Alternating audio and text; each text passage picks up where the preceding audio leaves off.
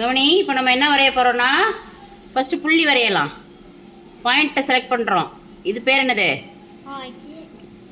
ஏங்கிறது ஒரு புள்ளி. சரிங்களா? ஏங்கிறது ஒரு புள்ளி. அடுத்து இப்போ நம்ம கோட்டு துண்டு வரைகிறோம் அப்படின்னா, இந்த செக்மெண்ட் இருக்கு இல்லையா, இந்த புள்ளிக்கு பக்கத்தில் 2 இது இருக்கு இல்லையா, 2 புள்ளி வச்ச மாதிரி இருக்கு இல்லையா, அதில் செக்மெண்ட் அப்படிங்கிறது 2வது ஆப்ஷனு.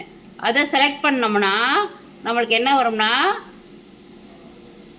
ஆரம்பமும் முடிவும் உள்ள ஒரு கோடு வரும். ஆரம்பமும் முடிவும் இருந்துச்சுன்னா அது பேர் என்னது? கோட்டு துண்டு. இப்போ இது பேர் என்னது?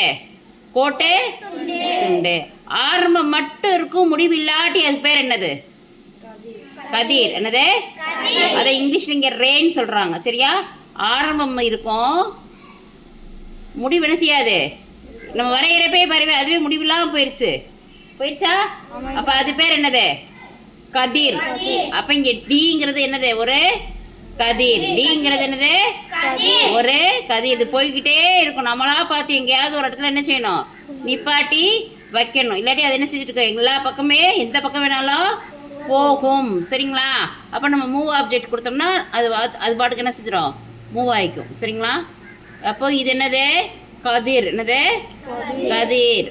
கதிர் பாரு, அது பாட்டு போயிடுச்சா? அப்போ டீச்சர் இங்கே போய் அதை என்ன ஸ்டாப் பண்ணுறேன், அங்கே உனக்குள்ளே நிப்பாட்டுறேன், அங்கக்குள்ளே நின்றுக்குது. சரியா?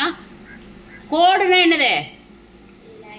ஆரம்பமும் இருக்காது, முடிவும் இருக்காது. இப்போ நான் வரைகிறேன் பாரு, பார்த்தியா?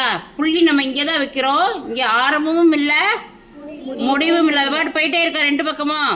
இந்த மாதிரி இருந்துச்சுன்னா அதுக்கு பேர் என்னது? கோடு. அது பேர் என்னது? கோடு. இப்போ நம்ம வந்து இதுக்கு பேர் வைக்கணும் இல்லையா? அப்போ இது பேர் என்னது?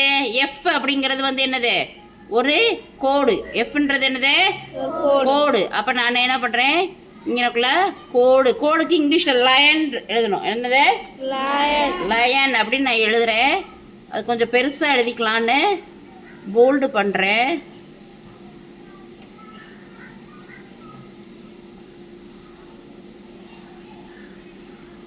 எது லைனு?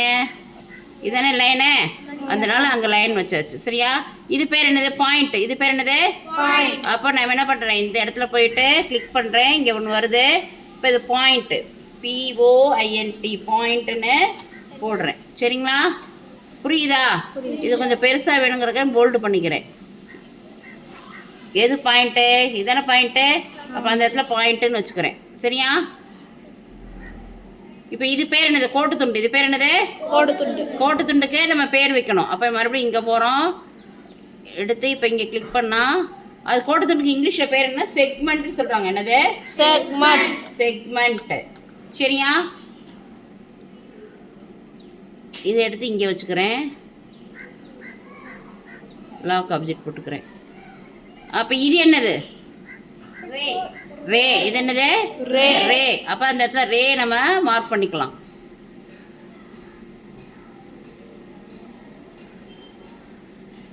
ரேன்னு என்னடா?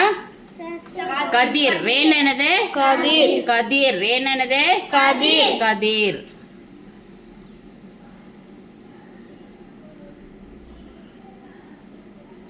ஓகேவா? புரிஞ்சுச்சா? இப்போ நம்மளுக்கு இது வந்து அளவில்லாத ஒரு கோட்டு துண்டா இருக்கு. இப்போ நமக்கு அளவோடைய கூடிய வேணும். இப்போ 5 சென்டிமீட்டர் நீளம் இருக்கணும், 6 சென்டிமீட்டர் நீளம் இருக்கணும் அப்படின்னா நம்ம இங்கே செக்மெண்ட் வித் கிவன் லென்த் இருக்கு இல்லையா, அதை கிளிக் பண்ணுறோம். அதை கிளிக் பண்ணால்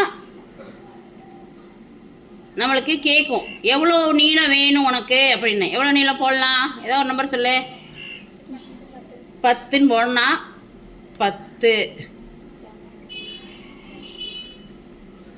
10ன்னு போட்டுக்கோமா. இப்போ கிளிக் பண்ணோம்னா இது வந்து இதோட நீளம் எவ்வளோ இருக்கும்?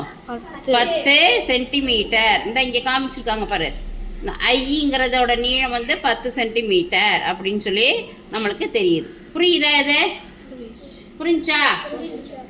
எல்லாரும் தெளிவாக புரிஞ்சுச்சா? இப்போ என்னென்ன படிச்சிருக்கோம்? பாயிண்ட்டு,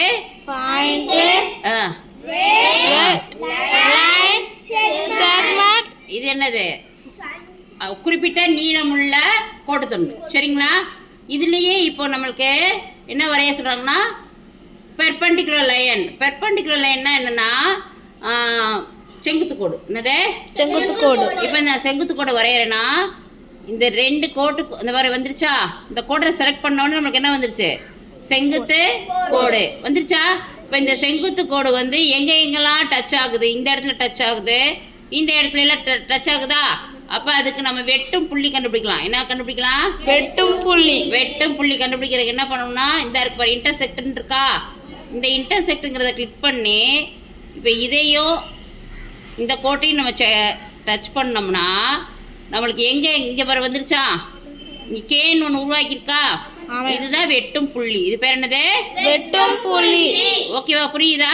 இப்போ இதுக்கு என்ன வரைஞ்சிருக்கோம்? செங்குத்து கோடு வரைஞ்சி அதோட வெட்டும் புள்ளியையும் கண்டுபிடிச்சி வச்சுருக்கோம். புரியுதா? அடுத்து என்னன்னா, இப்போ பேரலல் லைன். பேரலல் லைன் என்னது? இணைகோடு. என்ன வரைய போகிறோம்? இணைகோடு. இணைகோடு வரையணும் அப்படின்னா இப்போ நான் அந்த ரேல இருக்கிற கோட்டுக்கு ஒரு செலக்ட் பண்ணிக்கிறேன். இந்த வந்துருச்சா? புரியுதா? திருப்பி இன்னும் இதில் செஞ்சு காமிக்கிறேன் பாரு. இப்போ இந்த இந்த எஃப்ங்கிற இது இருக்குதா, லைன் இருக்கா, அதுக்கு நான் இணைகோடு வரைகிறேன் அப்படின்னா இப்படி கிளிக் பண்ணி இப்படி லைட்டாக மேலே தூக்கணும்னா ஒரு கோடு வருதா? அப்போ இதுவும் என்னது? இணை. இதுவும் என்னது? இணை. இதெல்லாம் இணை கோடுகள். புரிஞ்சா? இணை கோடு எப்படி வரையுது, செங்குத்து கோடு எப்படி வரையுது? புரியுதா? செங்குத்து கோடு வரையுதுன்னு என்னது? ஃபர்ஸ்ட் ஆப்ஷனை செலக்ட் பண்ணணும். பெர்பெண்டிகுலர் லைன் அப்படிங்கிறத செலக்ட் பண்ணி ஏதாவது ஒரு கோட்டு துண்டை செலக்ட் பண்ணிட்டு நம்ம இது பண்ணோம்னா என்ன செஞ்சிடும்? நம்மளுக்கு செங்குத்து கோடு வந்துடும். இப்போ இந்த செங்குத்து கோடோட வெட்டும் புள்ளி கண்டுபிடிக்கிறதுக்கு என்ன பண்ணணும்? இன்டர்செக்ட் அப்படிங்கிறதுக்கு போகணும். எங்கே போகணும்? இன்டர்செக்ட். எப்படி? இந்த படுத்திருக்க கோடையும் அந்த நிற்கிற கோடையும் நம்ம டச் பண்ணோம்னா அதில் நம்மளுக்கு என்ன கிடைக்கும்? ரெண்டு வெட்டும் புள்ளி கிடைக்கும். புரிஞ்சா? கிளாஸ் புரிஞ்சுச்சா? புரிஞ்சுச்சா? ஸ்டாப் பண்ணு.